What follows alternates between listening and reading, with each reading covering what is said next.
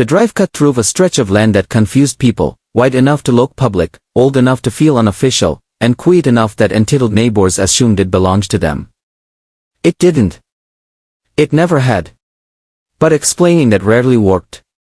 I had barely shut off the engine when I heard the sharp click of heels on gravel. "Excuse me," a woman barked from behind me. "You can't block this road." I turned slowly. Late 40s, perfectly pressed athleisure, phone already in her hand. She had that look, confidence built entirely on being loud. "This isn't a road," I said calmly. "It's my driveway." She logged. Not a friendly laugh. The kind people use when they think you're lying badly. "I use this every day," she snapped. "Everyone does. You don't get to just block it because you feel like it." "I'm not feeling like it," I replied. "I'm authorized to." "Okay." That did it. She stepped back, thumb flying over her screen. "Fine. I'll let the police explain it to you." She made the call right there, pacing dramatically while narrating into her phone about an illegal obstruction key and a key man refusing to move his vehicle. She made sure to mention safety. They always do. I leaned against my truck and waited. When the cruiser arrived 10 minutes later, her expression shifted instantly into victory. She waved them down like a celebrity greeting paparazzi. "There he is," she said, pointing at me. "He's blocking a public access road. I want him cited." The two officers approached. One looked tired. The other looked cautious. "Sir," the senior officer said, "is this your vehicle?" "Yes." "And this driveway?" "Yes." She scoffed loudly. "Ask him who he thinks he is." The officer glanced at a small metal sign half-hidden by brush near the gate. He squinted, then stepped closer. I watched the moment his posture changed. He looked back at me. "Sir, can I see your ID?" I handed it over. He didn't say anything at first.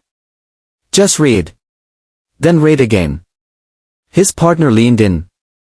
His eyebrows lifted. The complaining woman noticed a silence. "Well," she demanded. "Are you going to move him?" The officer handed my ID back with both hands. "Ma'am, this is not a public road." She crossed her arms. "That's ridiculous. It's restricted access property," he continued. "And this individual is authorized to block it." She turned on me. "You lied." "No," I said. "You assumed." She huffed and pointed toward the neighborhood behind her. "Then why hasn't anyone stopped us before?" The officer hesitated, then said carefully, "That's going to change." Her smile returned. "Good. Then arrest him." Instead, the officer turned to me.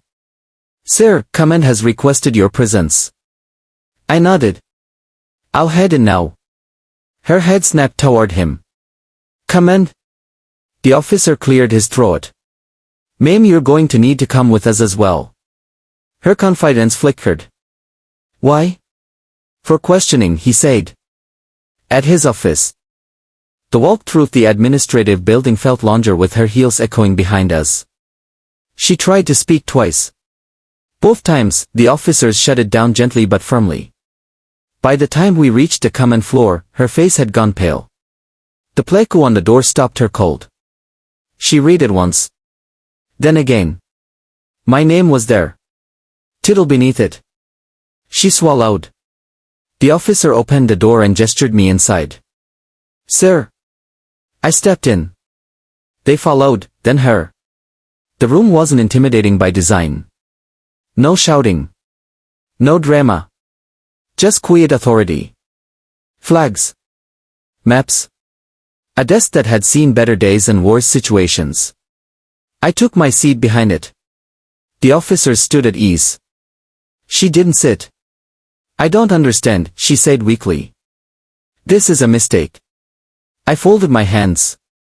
"You've been using a restricted access drive without permission." Her voice rose. "Everyone does." "Yes," I agreed. "Which is why we reviewed the access logs last month." The color drained from her face. "Logs? This road leads directly into controlled infrastructure," I said.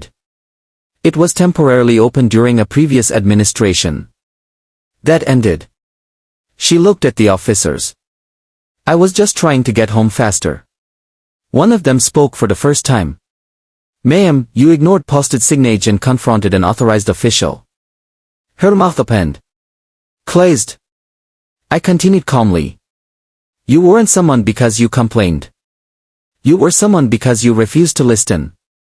Tears welled, but I didn't soften my tone. Effective immediately, I said, this access point is closed. Barriers will be installed. Violations will result in fines. She nodded rapidly. I understand. I'm sorry. I leaned back. One more thing. She froze. You called the police to assert authority you didn't have, I said. Next time, ask before you accuse. She whispered, yes, sir. The officers escorted her out. From my window, I watched her walk the long way back to the neighborhood, for the first time. I radioed facilities. Install permanent barriers. Copy, came the reply. Then I moved my truck. Not because she demanded it. Because I was done for the day.